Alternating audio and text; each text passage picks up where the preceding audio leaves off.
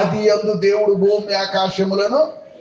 ఇప్పుడు నా ప్రశ్న, ఈ ఆది కాండం 1:1 యోహాను 1:1 ఎందుకు రాయలేదు? ఈ యోహాను 1:1 ఏ పదం వాడేవాడు మొట్టమొదట? ఆది.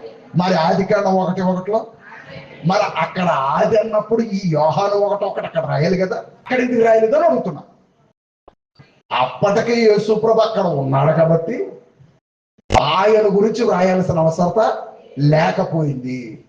అక్కడ ఉన్నవాడు ఇక్కడికి వచ్చాడు కాబట్టి ఎక్కడికే ఈయన ఎవరో ప్రపంచానికి తెలియాలి కాబట్టి ఇప్పుడు యోహాను సువార్తలో 1:1 ఈ పదం వచ్చింది.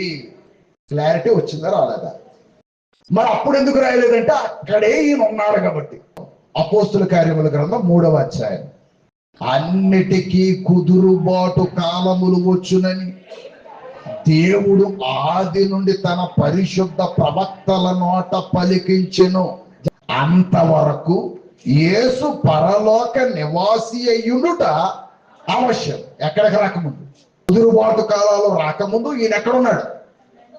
తండ్రితో పాటు ఉన్నాడు. ఎంతకాలం నుంచి? ఇంకో పాయింట్ చాలా జాగ్రత్తగా వినాలి. ఆది అనే పదం సృష్టి ప్రారంభం నుంచి వచ్చింది. బాగా వినాలి. సృష్టి తయారు చేసినప్పుడు ఆది అనే పదం వచ్చింది. ఆదికి ముందు కాలం కూడా ఉంది. అనాది రోమపత్రిక వాడింది ఆ పదం. ఏంటది? అనాది. ఇప్పుడు యేసు ప్రభు ఆదిలో ఉన్నాడా అనాదిలో ఉన్నాడా? యేసు ప్రభు ఎప్పటి నుంచి ఉన్నాడు? తండ్రి దగ్గర ఉన్నాడు. ఉన్నాడని ఒప్పుకోగలుగుతా. కానీ ఇప్పుడు ఆది కాండం 1:1 కూడా తండ్రి దగ్గర యేసు ప్రభు ఉన్నట్ట లేనట? ఉన్నాడు. ఉన్నాడు కాబట్టే ఆయన గురించిన సంభాషణ అక్కడ రాయలేదు.